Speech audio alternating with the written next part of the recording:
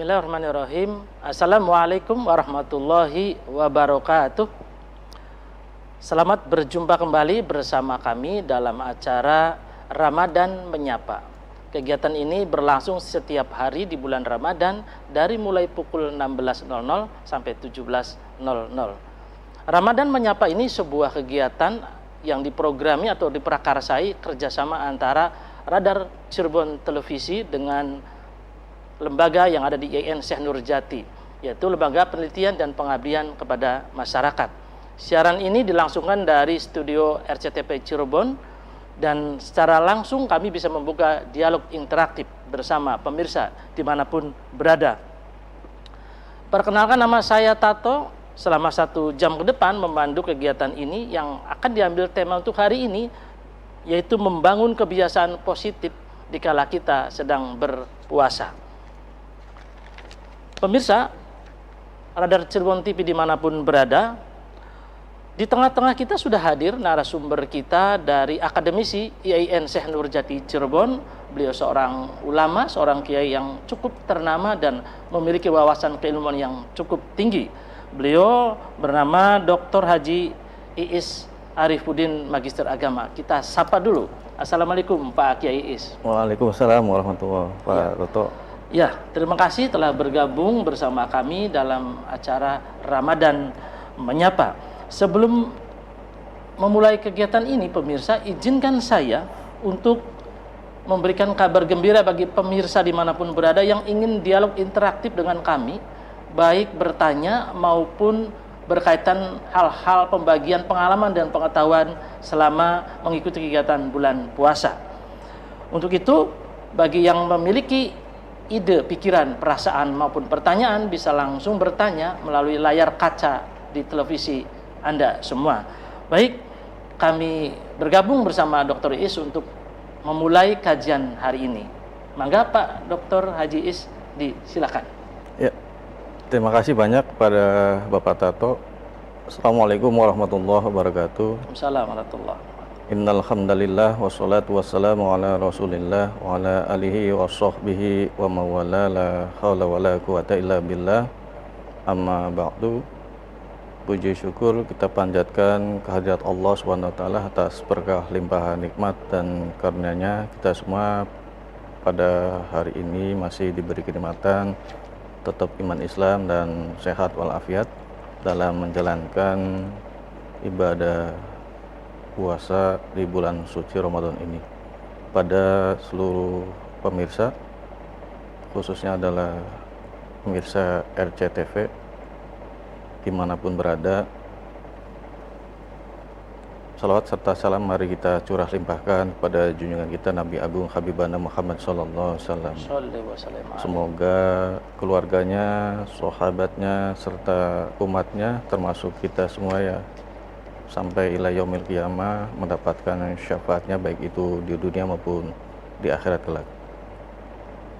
Pada kesempatan ini kita akan membahas tentang Ramadan membangun kebiasaan positif, di mana kebiasaan positif ini akan muncul apabila seseorang itu bisa menjalankan puasa Ramadan dengan baik. Tentu saja mungkin beberapa ulama, kiai maupun ustadz telah banyak yang mengupas bagaimana tentang beberapa tingkatan dari puasa Ramadan ini. Saya mungkin hanya sekilas, hanya memaparkan secara sekilas saja untuk mengulang, di mana menurut Imam Al-Ghazali dalam kitab Ihya Ulumuddin itu puasa seseorang itu dibagi menjadi 3 tingkatan, di mana yang pertama adalah tingkatan puasa awam,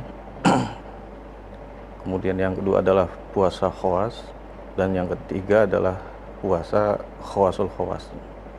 Puasa yang pertama ini adalah mungkin yang kita lakukan pada saat sekarang ini, di mana adalah puasa yang dilakukan oleh umumnya umat Islam yang ada di muka bumi ini, di mana puasa seseorang itu hanya pada taraf sekedar menahan haus, lapar, kemudian juga hawa nafsu hanya pada titik itu. Kemudian yang kedua adalah puasa khawas, adalah puasa di mana seseorang itu tidak hanya menahan lapar, dahaga, dan hawa nafsu, akan tapi juga terhadap hal-hal yang lain, di mana diharapkan tindakan dan perilakunya adalah tidak sampai mengarah pada sesuatu yang kurang baik. Adapun nanti pada tingkatan yang ketiga adalah puasa khawasul khawas di sini, di mana diharapkan ketika seseorang itu berpuasa, maka dalam dirinya akan tumbuh sesuatu hal yang positif, bukan hanya untuk dirinya, akan tapi juga untuk orang-orang yang lain. Bahkan misalkan diharapkan orang tersebut dengan puasanya akan bisa melahirkan atau membangun sebuah peradaban. Contohnya misalkan apabila seseorang itu menjadi guru maupun dosen, akan bisa membangun kesadaran bersama terhadap para murid maupun mahasiswanya agar supaya dia berubah untuk menjadi lebih baik dalam ini, baik itu yang bersifatnya adalah fikroh, pemikirannya, maupun harokah atau gerakannya atau perilakunya. Mungkin itu yang bisa saya sampaikan dalam kesempatan ini. Baik, terima kasih Kang Kiai Iis Arifuddin. Pemirsa, ternyata puasa itu ada banyak jenisnya. Yang saya tahu puasa tuh hanya sekali-kali saja. Ternyata ada 3 tingkatan: puasa untuk orang awam atau umum, puasa khusus, dan khawasil khawas untuk orang yang khusus. Dan ini berperilaku untuk kita semua yang melakukan kegiatan puasa secara umum, khusus maupun khusus bil khusus, itu mengendalikan diri kita agar berperilaku secara positif, baik secara pikiran maupun secara perilaku. Jangan kemana-mana pemirsa, kita akan ketemu kembali setelah jeda pariwara berikut ini.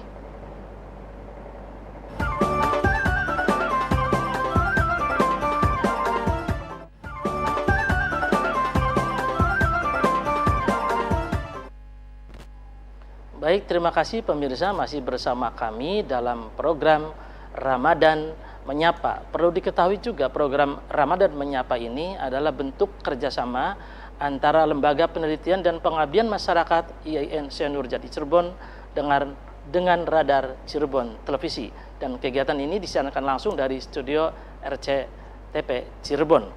Pemirsa, di tengah-tengah kita sudah hadir narasumber yang kedua. Beliau adalah Profesor Dr. Kiai Haji Ahmad Kholik MSI, juga seorang akademisi dari IAIN Syekh Nurjati Cirebon. Mari kita sapa dulu. Assalamualaikum Pak Kiai. Terima kasih, sehat, terima kasih sudah hadir bersama kami. Kami merasa senang. Pemirsa, sebelum ke kajian beliau, izinkan saya membacakan pantun ini. Mencari lebah si anak desa, cakep, hinggapnya di pohon kelapa. Salam sembah untuk pemirsa. Mari saksikan bersama Ramadan Menyapa. Silakan Pak Kiai untuk memulai kajiannya. Baik, terima kasih Pak Toto dan rekan kita Pak Iis. Mohon maaf agak terlambat sedikit. Puasa itu kalau kita kategorisasikan ada puasa yang formalitas, ya, dan ada puasa yang substantif, ya. Dan mungkin tadi sepintas oleh narasumber pertama sudah diberikan semacam eksplanasi, ya, apa kategorisasi puasa, ada yang khas, ada yang awam, dan seterusnya. Kita melihat dari perspektif yang agak berbeda bahwa ternyata kalau kita kategorikan ada lagi puasa yang sifatnya formalitas dan puasa yang sifatnya substantif. Puasa yang formalitas itu adalah puasa yang terjebak pada rutinitas dan pendekatan fikih, ya. Ketika tidak makan, tidak minum, tidak melakukan hal-hal yang membatalkan puasa secara fikih, hanya itu, maka puasanya terjebak pada formalisme, ya, formalisme. Dan ini dikritik oleh Nabi Muhammad SAW dalam satu hadisnya, kam min shaimin laisa lahu min siyamihi ilal ju'wal atas. Jadi berapa banyak dari umatku dia puasa tapi cuma dapat lapar dan haus. Kenapa? Karena puasanya terjebak pada puasa yang bersifat formalitas. rewardnya mungkin ada ya, kita tidak tahu, itu otoritas Allah untuk memberikan reward orang yang berpuasanya yang sifatnya formalitas. Tetapi kita harus bergeser pada puasa yang berisi, yang disebut dengan puasa formalism atau puasa substantif. Apa itu puasa substantif? Saya kira ada beberapa indikator yang bisa kita sampaikan. Jadi puasa substantif tidak hanya berorientasi pada pendekatan-pendekatan fikih, tapi lebih bersifat esoteris ya, bersifat sofistik. Misalnya begini, orang menahan lapar, menahan haus, tapi kalau dia tidak bisa bersabar dalam puasanya, maka dia misi puasanya gagal, karena dia bukan puasa substantif. Jadi kalau begitu, puasa itu yang pertama adalah identik dengan kesabaran. Ketika orang melakukan ritual puasa selama 1 bulan, berhari-hari kita lakukan, tetapi tidak menumbuhkan mentalitas kesabaran, maka secara substantif puasanya dianggap gagal. Jadi puasa ini saya kira menjadi media yang terbaik ya, bagaimana mendidik hati, mendidik pikiran, mendidik jiwa agar menjadi orang-orang yang punya adversity quotient, punya kecerdasan daya tahan.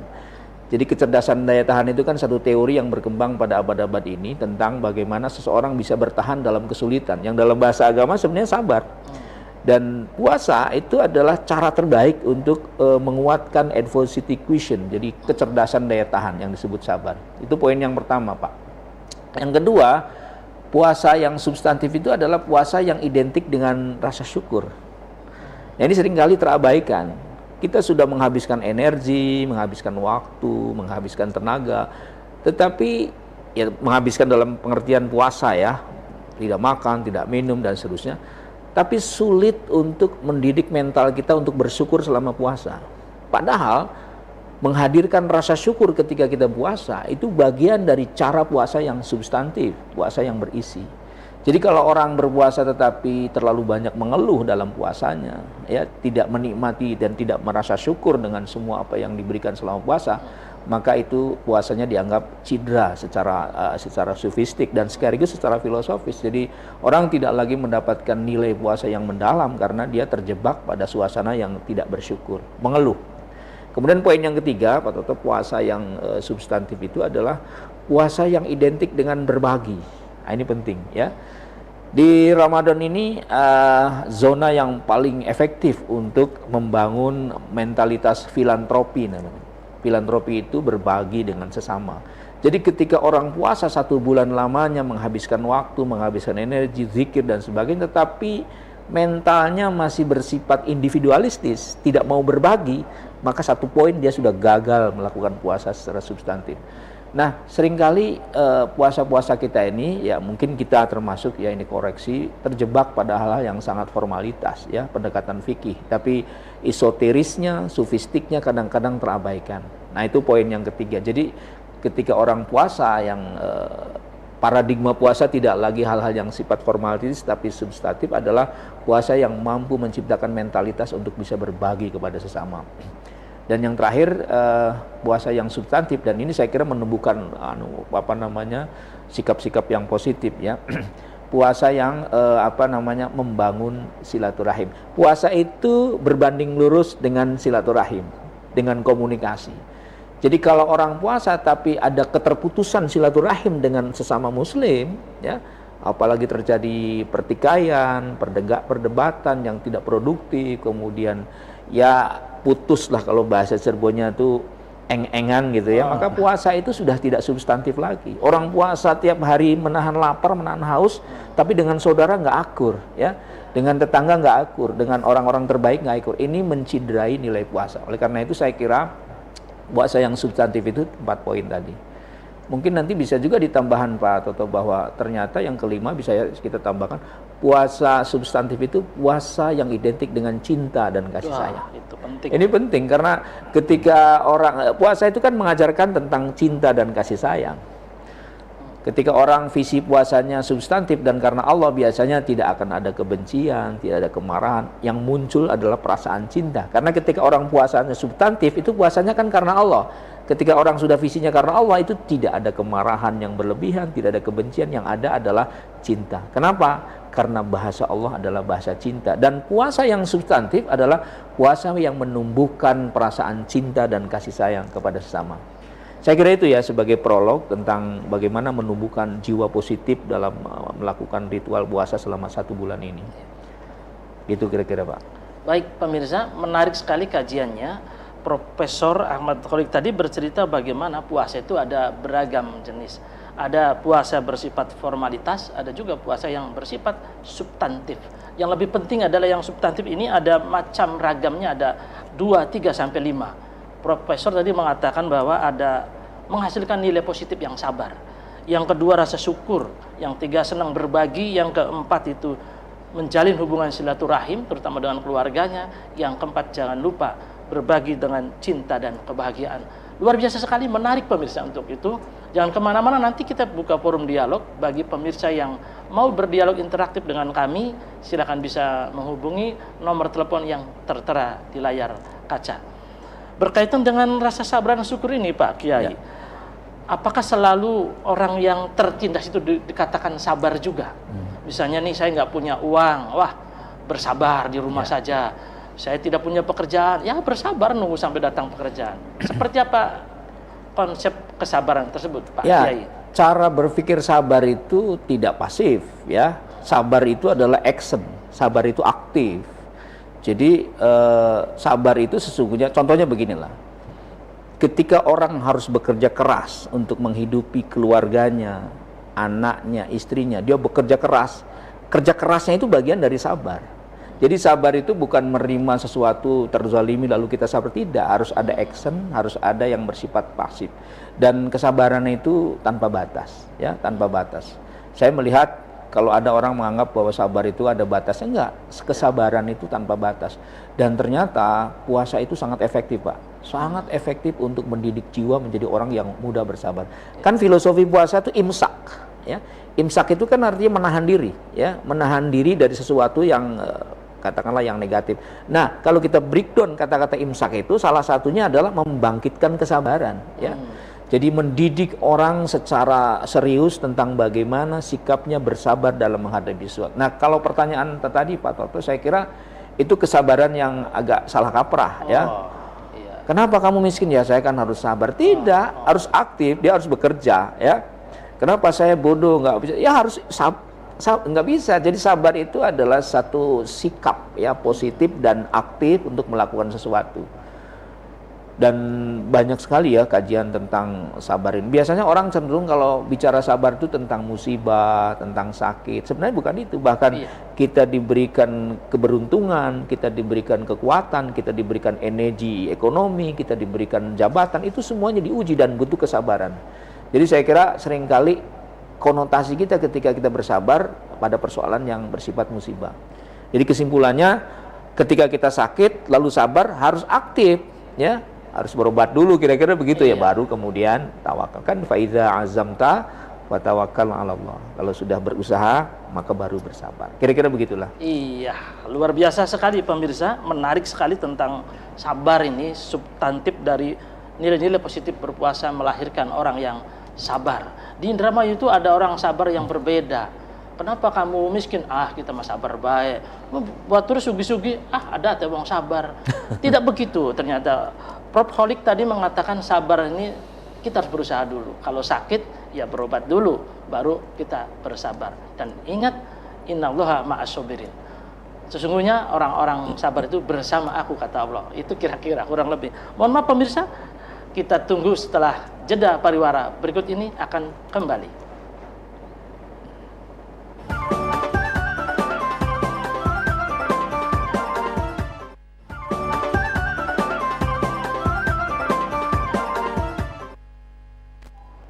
Terima kasih pemirsa masih bersabar menanti kehadiran kami di sini dalam program Ramadan Menyapa. Kita lanjutkan dialognya dengan narasumber kita yang ada di studio ini ke Kang Is nih. Kang Is berkaitan dengan substansi isi tentang puasa itu, dari mulai sabar, syukur, berbagi, silaturahim, bahkan ada mengembangkan rasa cinta dan kebahagiaan. Menurut sudut pandang Pak Is sendiri, seperti apa kira-kira tambahan-tambahan bersikap positifnya nih, Kang Is? Mangga. Iya, saya sangat sepakat dengan Profesor Dr. Ahmad Kholik. Bahwasanya tadi puasa itu ada formalitas, yang kedua adalah substantif, di mana dalam substantif ini bisa menumbuhkan seseorang untuk bisa menjadi sabar, kemudian dia syukur dan lain sebagainya. Di mana hal ini ditumbuhkan agar supaya ketika biasanya kalau formalitas itu kan hanya tercapai pada rasa lapar dan haus saja gitu. Akan tapi ketika seseorang itu berpuasa pada sisi yang substantif, bahwasanya dia benar-benar akan bisa melaksanakan dan akan mendapatkan hikmah dari puasa itu sendiri. Sehingga dengan tumbuhnya sebuah kesabaran, hal-hal positif yang ada di dalam diri manusia itu, karena tadi dia bisa menahan rasa lapar, kemudian marah dan sebagainya, energi negatif kemudian bisa ditangkal dengan puasa tersebut. Dia akan bisa sabar, baik itu sabar dalam hal menahan haus dan lapar, kemudian juga menahan ujian maupun mendapatkan limpahan rahmat dari Allah Subhanahu wa taala. Semuanya harus bisa dijalani dengan sabar. Begitupun dengan rasa syukur. Tentu saja rasa syukur ini ada sesuatu yang sifatnya formatif, mungkin hanya sekedar mengucapkan ucapan hamdalah, akan tapi rasa syukur kita sebagai hamba Allah, bagi orang yang memang memahami makna dan hakikat dari puasa adalah dia bisa tumbuh di dalam dirinya bahwasanya yang dia jalani dan dimiliki saat ini adalah sebagai rasa syukur atas semua nikmat yang telah Allah berikan kepada kita. Masalahnya kalau kita lihat, kita hitung dalam nikmat yang telah Allah berikan kepada kita umat manusia, ini sungguh sangat luar biasa.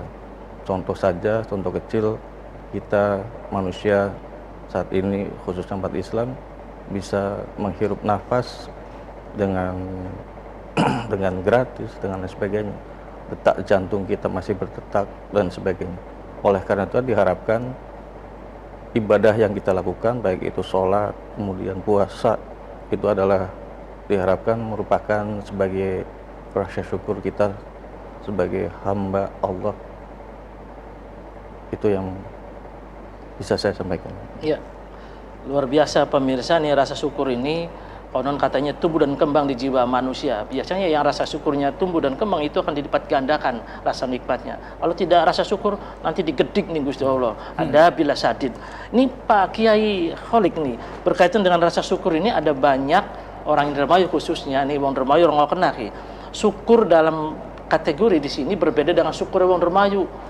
Jeblok tiba, syukurin gara-gara nyawati kita jadi tiba. Nah, syukurin di sana berbeda dengan rasa syukur yang dimaksud. Untuk itu kita kembali ke Pak Profesor, bagaimana ini menyikapi. Terima kasih. Sebelum saya memberikan sedikit eksplanasi tentang falsafah syukur, saya ingin sedikit kembali pada tema pokok kita ya. Iya. Jadi ini analisis. Surga itu banyak muatan energi positifnya, ya.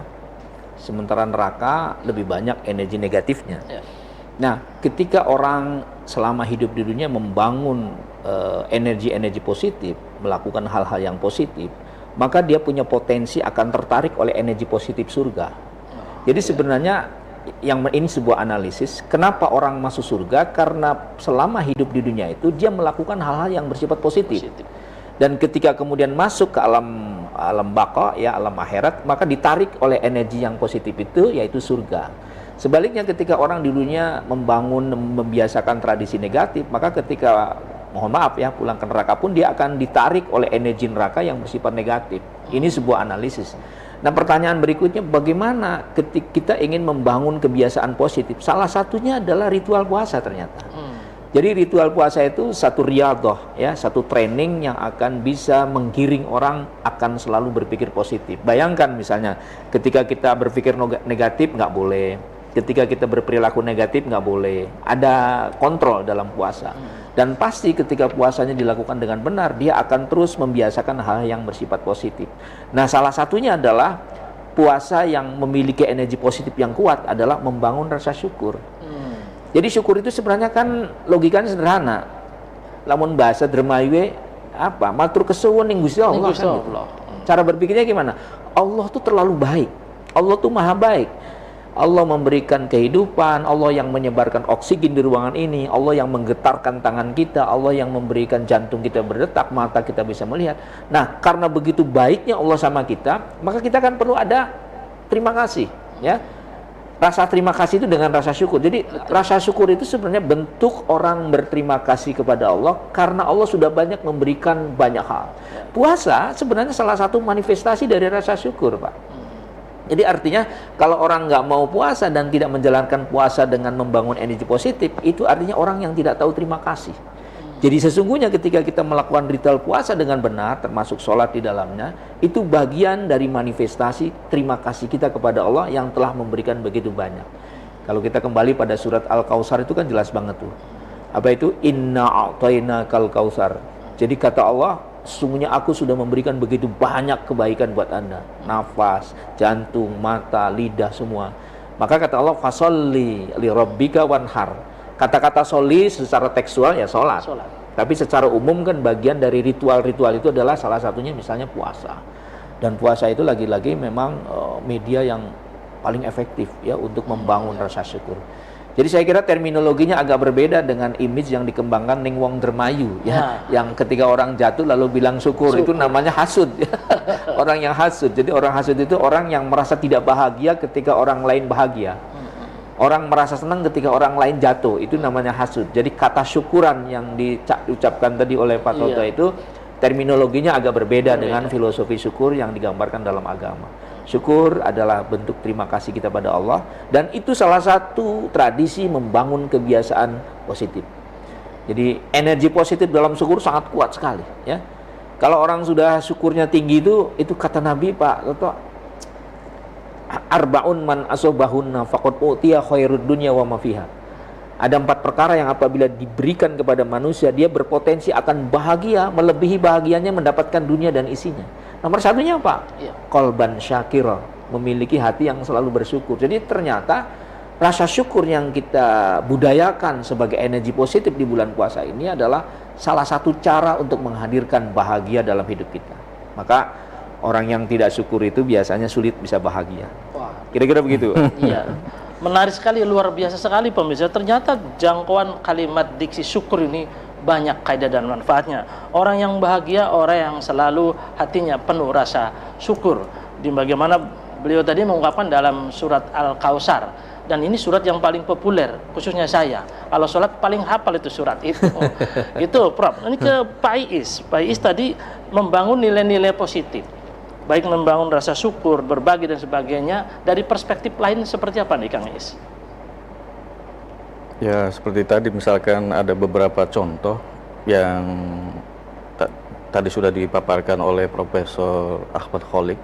Ketika seseorang itu berpuasa, maka dia akan meninggalkan sesuatu yang negatif, kemudian beralih kepada sesuatu yang positif.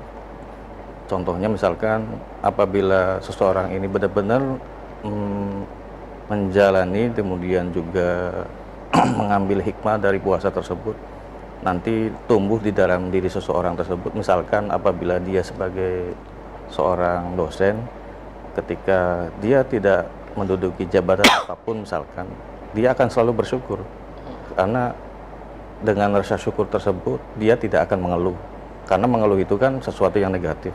Dengan rasa syukur tersebut dia mengeluarkan sebuah energi positif, bahwasanya inilah ketentuan yang telah Allah berikan kepada orang tersebut, dosen yang tidak memiliki jabatan. Barangkali dengan posisi seseorang tersebut misalkan tidak di kampus, bisa jadi dia mengabdi pada sisi dan ruang yang lain lebih banyak, kemudian melakukan salehan ritual, salehan individual maupun salehan sosial di masyarakat dan sebagainya. Yang terpenting adalah dia bisa hidup dan bermanfaat bagi banyak orang. Begitu pula mungkin bagi kiai misalkan, rasa syukur dan ditumbuhkan misalkan dengan puasa yang ada. Ketika seorang kiai misalkan santrinya hanya 11 misalkan, tiba-tiba santri di sebelahnya ada 250 misalkan. Kalau benar-benar kiai tersebut hakikat dia menjalani ibadah puasa ini dengan baik dan benar, kemudian menghadirkan sebuah hakikat dari sebuah syukur tersebut, akan selalu bersyukur. Alhamdulillah, berarti tanggung jawab yang telah diberikan Allah kepada kita untuk mengelola santri agar supaya mereka bisa menjadi hebat, mereka bisa menjadi luar biasa, ini semakin mudah dan gampang karena yang ditangani adalah tidak terlalu banyak. Dan kiai tersebut tidak akan merasa iri. Kalau merasa iri terhadap santri kiai yang lain, santrinya lebih banyak, maka hal tersebut berarti tidak bisa, ya puasanya tidak terlalu berhasil, dianggap gagal gitu, karena masih ada rasa iri. Kenapa kok santri saya hanya 11, santri dia kok 250, apalagi misalkan yang lebih dan sebagainya. Ini menurut perspektif saya, barangkali nanti ada kekurangan dan sebagainya, nanti bisa diluruskan oleh Profesor Dr. Ahmad Kholik. Iya. Demikian Pak Toto. Terima kasih. Ini langsung ke Prof. Kholik nih. Prof, ini kan tadi implementasi keseharian manusia khususnya yang sedang beribadah. Pengabdian yang bernilai positif selain rasa syukur dan lainnya itu barangkali implementasinya dalam bentuk apa itu, Prof? Ya, saya kira itu salah satu bagian ya, bahwa orang yang imannya sehat dan puasanya substantif dan terus menumbuhkan pikir positif, salah satunya adalah manifestasinya syukur. Yang kedua tadi tentu saja ya, tentang kesabaran ya. Kesabaran itu juga bagian dari manifestasi puasa yang substantif dan dia melahirkan energi positif. Tapi juga saya ingin sedikit menggambarkan tentang sabar dan syukur. Ternyata orang-orang yang level tingkat keberagamannya sudah naik tingkat tinggi, sudah khawasul khawas, itu bahkan menderita pun dia bersyukur. Ya, tadi disampaikan oleh Pak Ais ya, bahwa ketika orang mengalami kesulitan dalam hal tadi digambarkan, ya tetap diungkapkannya rasa syukur. Satu kalimat yang menarik misalnya, bahkan ketika kita diberi sakit pun, orang yang tingkat puasanya ada energi positif, dia akan mengatakan, terima kasih ya Allah, saya telah diberikan rasa sakit. Mudah-mudahan dengan sakit ini kemudian menjadi pengugur dosa-dosa saya. Nah, bagi orang yang tingkat energi positif puasanya sangat tinggi, itu musibah itu bisa menjadi kebaikan. Contoh begini ya, kalau kita sakit Pak Toto, lalu kita berdoa sama Allah, ya Allah sembuhkanlah penyakit saya. Kira-kira doa itu lazim nggak? Nah, ada orang sakit, lalu kita minta doa, ya Allah sembuhkan penyakit saya. Kira-kira lazim, wajar nggak orang itu? Untuk orang awam wajar. Wajar kan?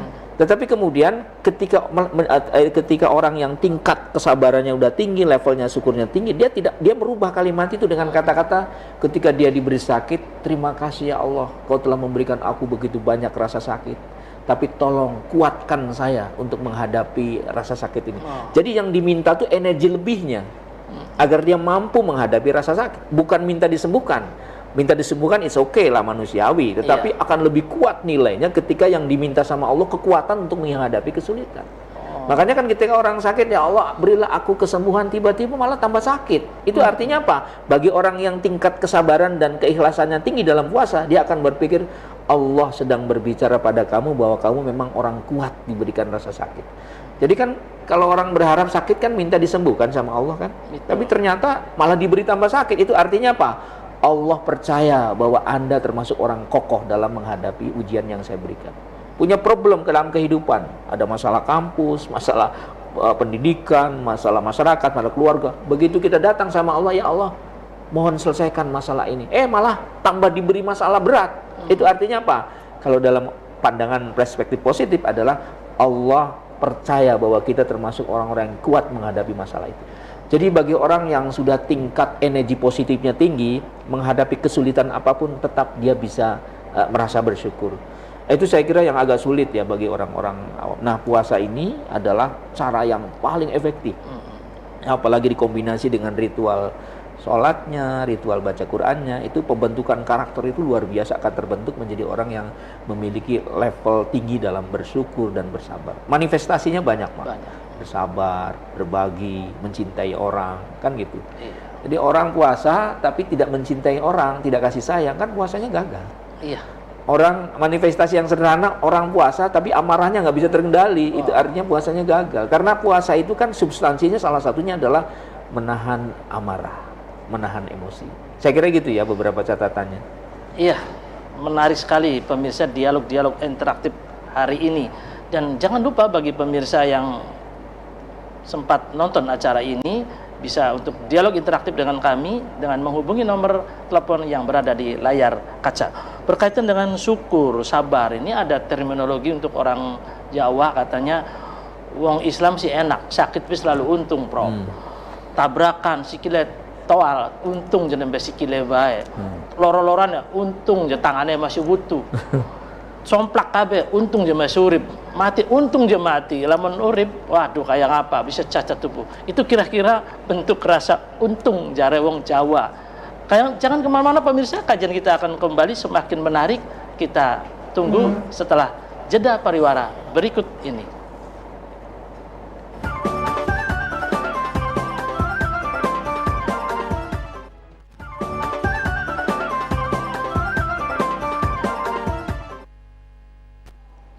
Terima kasih pemirsa, masih bersama kami dalam acara Ramadan Menyapa. Acara ini kerjasama dari Lembaga Pendidikan dan Pengabdian kepada Masyarakat dengan Radar Cirebon Televisi. Acara ini disiarkan langsung dari studio RCTP Cirebon. Pemirsa, kajian semakin menarik. Ini tema besar kita adalah membangun kebiasaan-kebiasaan positif. Ada banyak hal yang kita perlukan dari pengetahuan kita tentang seperti apa sih sikap-sikap yang positif itu. Dalam berumah tangga pun ada tuh, kalau suami istri baru menikah, dalam 3 bulan, 4 bulan suka nanya, sudah positif belum? Positif yang itu tentu berbeda perspektifnya. Bersama Profesor Kholik hari ini juga kita akan bahas lebih jauh implementasi tentang membangun kebiasaan-kebiasaan positif. Silakan Pak Kiai. Ya, saya kira salah satu achievement ya, atau capaian dalam proses ritual puasa itu, Quran menggambarkan di ayat Al-Baqarah 183 itu la'allakum tattaqun ya. La'allakum tattaqun itu kan bisa di breakdown dengan beberapa item. Salah satunya adalah kalau sekarang ini ada tren baru menafsirkan takwa itu dengan kata-kata spiritual quotient ya, kecerdasan spiritual. Nah, orang yang memiliki kecerdasan spiritual yang dalam bahasa agama takwa, yang itu merupakan proses ritual akhir dari puasa, itu biasanya dia berpotensi akan melahirkan energi-energi positif dalam hidupnya. Jadi ketika orang sudah, kan kalau dalam agama itu takwa itu digambarkan dalam surat Al-Hujurat ranking atau jabatan spiritual tertinggi. Jadi kalau orang sudah posisinya takwa, itu impossible untuk melakukan hal-hal yang negatif. Ya, ketika orang yang takwa dan dicuci dengan puasa, biasanya berbanding lurus dengan sikapnya yang selalu positif. Maka kalau sudah derajat takwa dan kecerdasan spiritual itu sudah melekat pada diri orang dengan proses puasa itu, maka pastilah dia berbanding lurus kecenderungannya untuk berpikir positif ya, berlaku juga positif dan seterusnya. Saya teringat satu statement dari Imam Hasan Al-Basri ya, seorang ulama besar. Beliau adalah gurunya para ulama. 3 poin yang dinasihatkan, tapi salah satunya gitu ya. Kata beliau, man la wara'alahu la zulfalahu. Itu sofistik banget ya. Kata beliau, barang siapa yang tidak hati-hati dalam menjalani hidup, la zulfalahu, tidak akan ada martabat baginya. Nah, ciri orang ya, item atau variabel dari kecerdasan spiritual atau takwa itu adalah orangnya berhati-hati, Pak. Jadi berhati-hati berbisnis, berhati-hati bicara, berhati-hati bersikap, sehingga dengan hati-hati itu kemudian memunculkan auranya jadi aura positif ya. Jadi saya kira apa yang disampaikan oleh Imam Hasan Al-Basri ini bisa menjadi inspirasi bahwa puasa yang kita lakukan juga adalah media terbaik untuk membangun, membudayakan hal yang positif. Dengan cara apa? Dengan cara hati-hati. Bayangkan ketika kita sedang berpuasa, kita diajarkan ada lampu ya, lampu kuning atau lampu merah, harus bertindak dengan hati-hati. Makan harus hati-hati, bisnis juga harus hati-hati. Jadi sangat luar biasa. Jadi ketika ditanya substansi dari tema kita kali ini, saya kira sangat betul bahwa puasalah salah satu ibadah yang paling efektif untuk melahirkan energi-energi positif, karena semuanya diriadoh untuk positif. Bicaranya hati-hati positif, makannya harus positif, dan seterusnya. Nah itu saya kira beberapa hal, kembali kepada tadi, kecerdasan spiritual sebagai achievement dari takwa pasti berbanding lurus dengan sikap dan perilakunya secara positif. Jadi orang yang berpuasa itu artinya kesimpulannya pasti dia akan menimbulkan energi positif dalam kehidupannya. Dan nanti kesimpulannya tadi Pak, ketika orang sudah terbangun energi positifnya dalam pikirannya, jiwanya, maka surga yang berenergi positif itu akan menarik dia untuk masuk ke dalam surga. Kan endingnya begitu Pak, Iya. endingnya kira-kira begitu.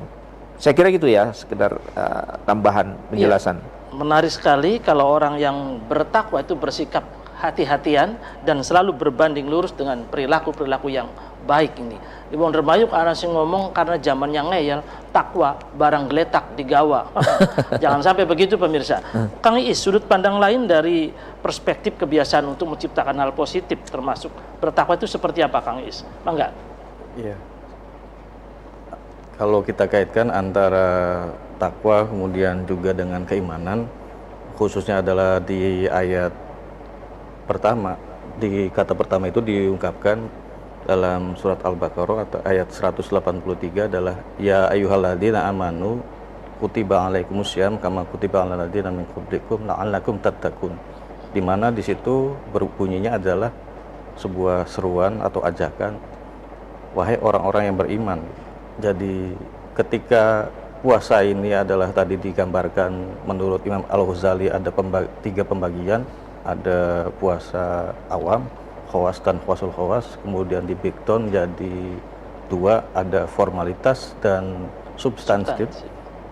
Dan dari situ berarti ketika seseorang tidak beriman maka dia tidak high gitu, dia bisa saja mengaku sebagai orang Islam, tapi pada siang hari kakinya kelihatan di warung makan atau rumah makan dan sebagainya, atau mungkin dia makan kemudian merokok dan sebagainya pada siang hari.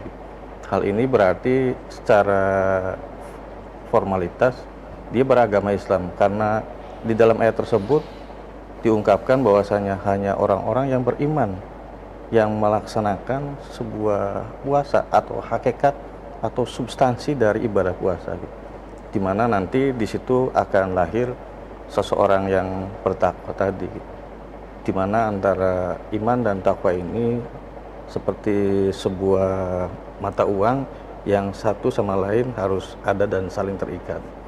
Ketika seseorang menjalankan sesuatu hal yang baik dengan puasa, dia bisa menahan diri dari sesuatu hal yang negatif, kemudian akhirnya lahir hal-hal yang sifatnya positif. Dan disinilah dengan puasa seseorang akan bisa menjadi rajin, menjadi disiplin, rajin melaksanakan ibadah sholat, kemudian syukur-syukur diutamakan adalah dengan berjamaah, khususnya adalah mensyiarkan Ramadan ini adalah dengan ibadah sholat, taraweh, dan sebagainya. Sesuatu hal yang menumbuhkan kedisiplinan dan sebagainya. Antara iman dan takwa ini adalah ibarat sisi mata uang yang satu sama lain harus ada dan melekat. Apabila misalkan uang logam di sebelahnya hanya berupa gambar, akan tapi ternyata di sebelahnya tidak ada nominalnya, maka uang tersebut itu dapat dikatakan tidak berlaku.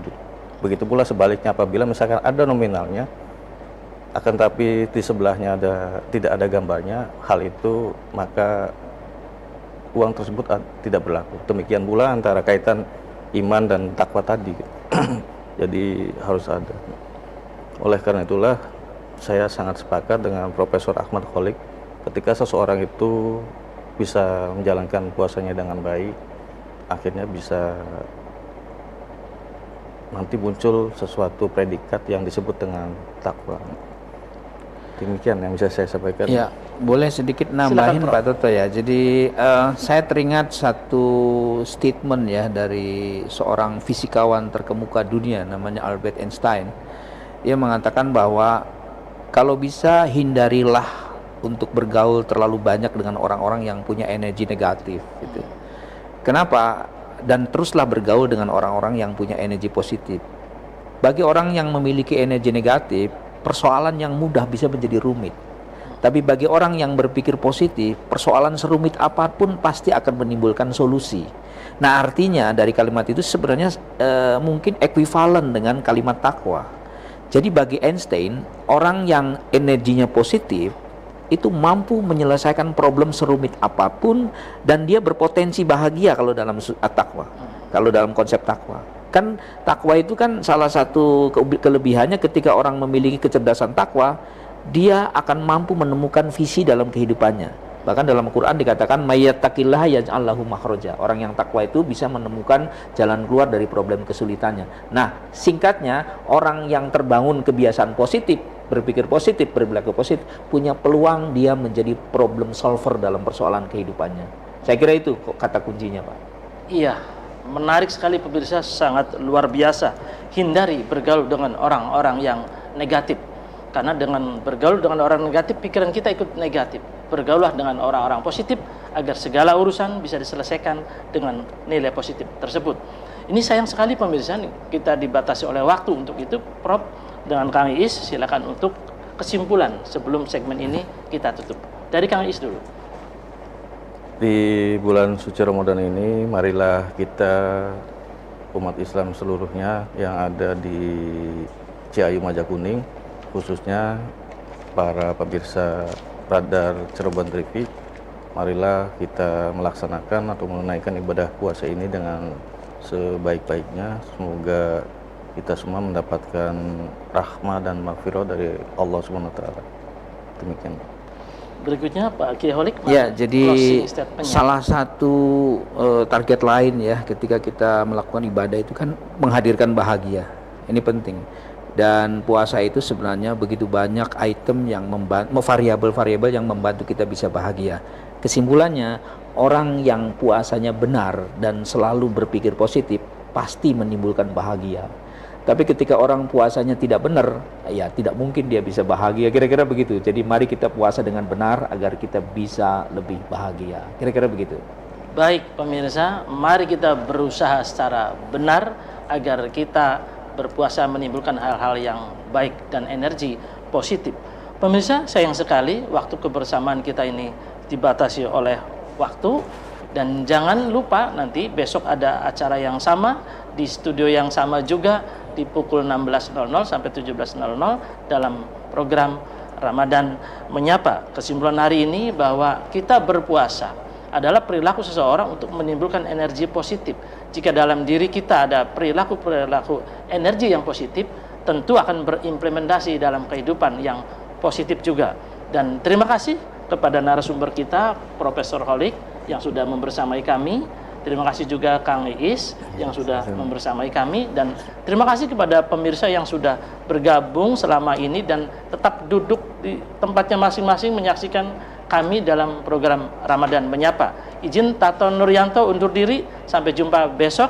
Billahi taufik wal hidayah. Wassalamualaikum warahmatullahi wabarakatuh. Waalaikumsalam warahmatullahi wabarakatuh.